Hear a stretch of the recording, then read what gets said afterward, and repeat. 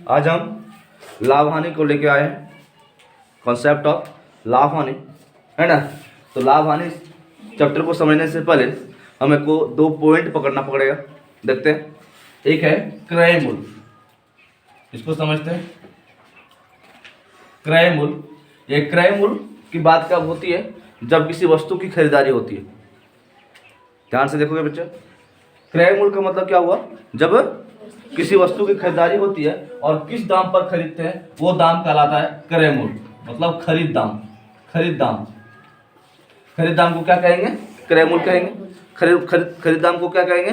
क्रय मूल्य कहेंगे। एक और है विक्रय मूल्य, एक और है विक्रय मूल्य।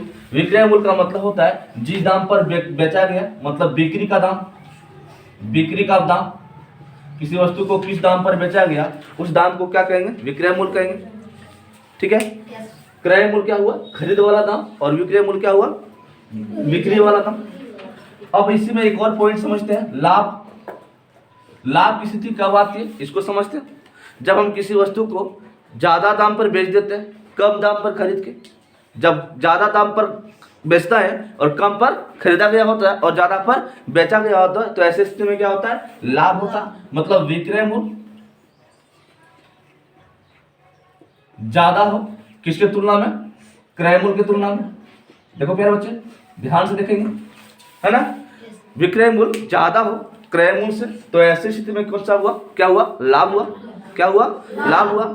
यदि हम मान के चले कि हम किसी वस्तु को 100 रुपया में खरीदते हैं और 120 में बेच दे रहे हैं, तो हमें लाभ हो रही है ना।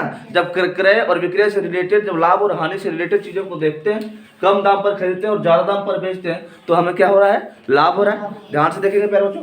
अब यहाँ से देख सकते हैं कि विक्रय मूल्य क्या होता है, कैसे लाभ निकलता है। लाभ की यदि बात करें तो लाभ कितना लाभ हुआ? जैसे कि हम बताए कि 100 रुपया में खरीदे और 120 में बेच दिए, तो ऐसे में तो आपको देखने में लग रहा है कि 20 रुपया का लाभ हो रहा है ना। तो यदि हम 20 रुपया की बात करें कैसे निकलेगा, तो यहाँ से देख सकते हैं बच्चे, विक्रय मूल्य में क्या करना है?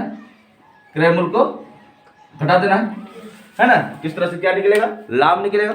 लाभ कितना हुआ? तो विक्रय मूल्य कितना है उसमें से क्या करना है? क्रय मूल्य को घटा देना है, तो क्या मिलेगा? लाभ मिलेगा। अब एक और कॉन्सेप्ट को समझते प्यारे बच्चे, हानि। हानि क्या होता है या हानि होती है कब? पहले उस कॉन्सेप्ट को समझते हैं।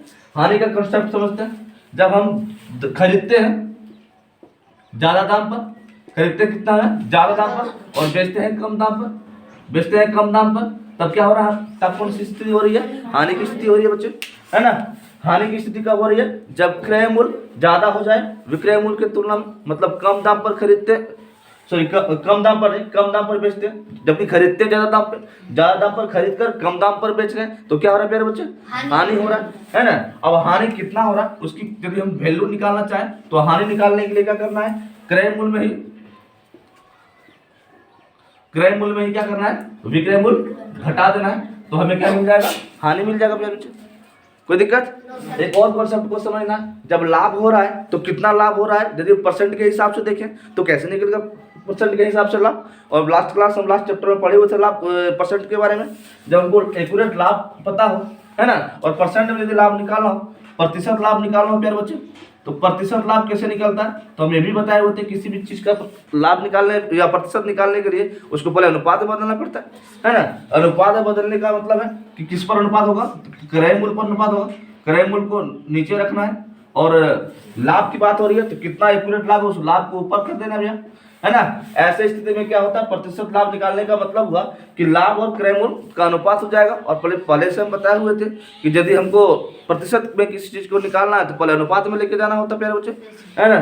जब अनुपात में निकल गया तो फिर क्या करना है? गुना कर देना है 100 से, तो इससे क्या निकलेगा? लाभ निकल जाएगा। तो यहाँ से प्रतिशत लाभ का भी एक कर सकते हैं व्यंजक प्राप्त हो जाता है ना। प्रतिशत लाभ की स्थिति कब होती है? जब लाभ पता हो रहा है, क्रय मूल्य पता हो रहा है, तो दोनों का अनुपात निकाल के क्या करना है? 100 से गुना कर देना है, तो क्या बन जाएगा? लाभ की जानकारी हो जाएगी, वो भी प्रतिशत में। और एक्यूरेट लाभ पता करने के लिए, एक्यूरेट लाभ पता करने के लिए हमारे पास एक और चीज है ना। यहाँ से देखते प्यारे बच्चे, यह है लाभ, है ना। हानि की स्थिति कब होगी? जब हानि बताए थे क्रय मूल्य ज्यादा हो विक्रय मूल्य कम हो, तो हानि की स्थिति होती है। यदि इसी को प्रतिशत में हानि निकालने की बात होती है बच्चे, तो कैसे प्रतिशत में हानि निकलेगा? प्रतिशत में हानि निकालना है तो कैसे निकलेगा? प्रतिशत में हानि निकालना है। तो जैसे कि बताए हानि हो या लाभ हो, प्रतिशत निकालने के लिए पहले अनुपात की जरूरत होती है।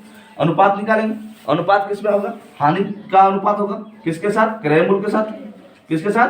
क्रय मूल्य के साथ। और फिर इसको क्या करना है? 100 से गुना कर देना। इससे क्या मिलेगा? प्रतिशत में हानि मिलेगा, है ना। ये सभी चीजें ध्यान में रखना होगा प्यारे बच्चे, तब जाके इससे रिलेटेड क्वेश्चन को बना पाएंगे। कोई दिक्कत है ना? हानि लाभ ये सभी चीजें, ये मेन कंसेप्ट यही है। अब इससे रिलेटेड क्वेश्चन को बनाएंगे।